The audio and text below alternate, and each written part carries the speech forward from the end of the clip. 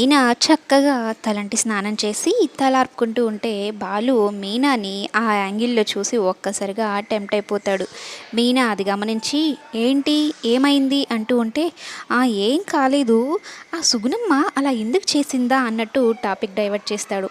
అలాగే ఇక మీనా చింటూ ఏమడిగాడు గుర్తుందా, చింటూ లాంటి బాబు మనకు ఉంటే ఎంత బాగుంటుంది, బంటు అని పేరు పెట్టుకోవచ్చు అన్నట్టు చెప్తూ ఉంటే ఓహో నువ్వు పిల్లల గురించి ఆలోచిస్తున్నావా, పిల్లలు పిల్లలు అని చెప్పి నా మీద పిల్ల బాంబులు వేయకు, నాకెన్నున్నాయి అప్పులు వడ్డీలు ఈఎంఐలు అంటూ ఉంటే అంటే ప్రపంచంలో ఎవరికి అవి లేవా, వాళ్ళ పిల్లలకి అండం లేదా అంటూ మీనా మీదకి వెళ్తూ అలా అమాంతం ఇద్దరు బెడ్ మీద పడిపోతారు.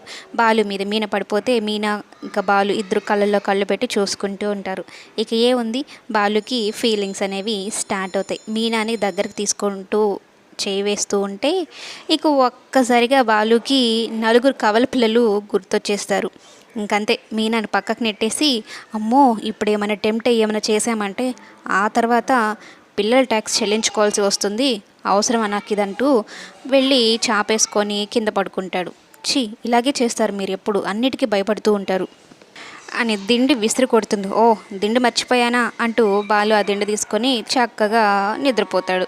మీనా ఏమో బాధపడుతూ ఉంటుంది, ఎందుకు ప్రతిదానికి ఈయనకు భయం, పిల్లలుంటే ఇంకెంత ముద్దుగా ఉంటుంది, ఇల్లు కలకలలాడుతూ ఉంటుంది కదా అన్నట్టు మీనా అనుకుంటూ ఉంటుంది.